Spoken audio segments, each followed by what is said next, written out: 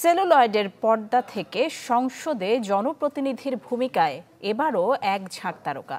পশ্চিমবঙ্গে ভোটাররা আস্থা রেখেছেন তৃণমূল প্রার্থী ও টলিউড চিত্রনায়ক দেব অধিকারীর উপর। একই প্রদেশে ভোটে জয়ের মালা পড়েছেন শতাব্দী রায়, রচনা ব্যানার্জি, সায়নী ঘোষ ও শত্রুঘ্ন সিনহা। এখানে জয় পেয়েছেন ক্রিকেটার ইউসুফ পাঠানও। অন্যদিকে হিমাচল প্রদেশের একটি আসনে জয় পেয়েছেন আলোচিত সমালোচিত বলিউড চিত্রনায়িকা কঙ্গনা রানাওয়াত।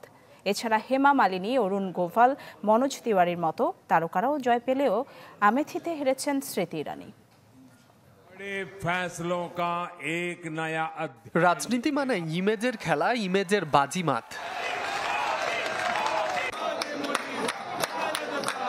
জনপ্রিয় বলিউড, টলিউড, ভোজপুরি অভিনয় শিল্পীদের ইমেজকে রাজনীতিতে কাজে লাগানোর ইতিহাস এই উপমহাদেশে বেশ পুরনো। এর দেখা মিলেছে 2024-এর লোকসভা নির্বাচনেও। বেশিরভাগ তারকাই জয়ের হাসি হেসেছেন। পশ্চিমবঙ্গে একসাথে যত সিনে তারকাকে মাঠে নামিয়েছেন মমতা বন্দ্যোপাধ্যায়, তাদের সবাই জয়ের মালা পড়েছেন। যেমন ঘাটাল আসন থেকে তৃতীয়বারের মতো জয়ী হয়েছেন চিত্রনায়ক দেব। বিজেপি প্রার্থী হিরণ চট্টোপাধ্যায়কে পরাজিত করেন এই টলিউড তারকা।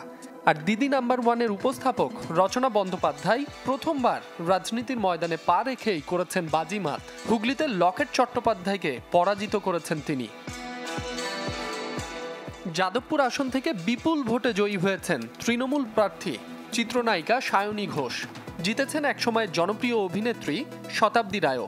বীরভূমে প্রায় 2 লাখ ভোটের ব্যবধানে জয় পান তিনি। আর আসানসোল থেকে তৃণমূলকে জয় এনে দিয়েছেন অভিনেতা থেকে রাজনীতিবিদ বনে যাওয়া শত্রুঘ্ন সিনহা।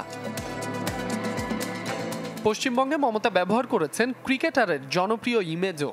সাবেক বিশ্বকাপ জয়ী ক্রিকেটার ইউসুফ পাঠান মুর্শিদাবাদ জেলার বহরমপুরের আসন থেকে জয়ী হয়েছেন। গ্যাংস্টার ও ক্রিশ খ্যাত আলোচিত বলিউড তারকা কঙ্গনা রানাওয়াতকে বিজেপি টিকিট দেয় নির্বাচনের। হতাশ করেননি তিনি। হিমাচল প্রদেশের মান্ডি থেকে জয়ী হয়ে এবার সংসদে যাবেন কঙ্গনা। এছাড়া মথুরায় জয় পেয়েছেন হেমা মালিনী, গোরখপুরে ভোজপুরি নায়ক রবি কিষান ও গুরুগ্রামে অভিনেতা রাজ বাব্বার জয় পেয়েছেন। তবে হতাশ করেছেন অভিনেত্রী ও বিজেপির সাবেক মন্ত্রী স্মৃতি ইরানি। আমেথিতে হেরেছেন তিনি।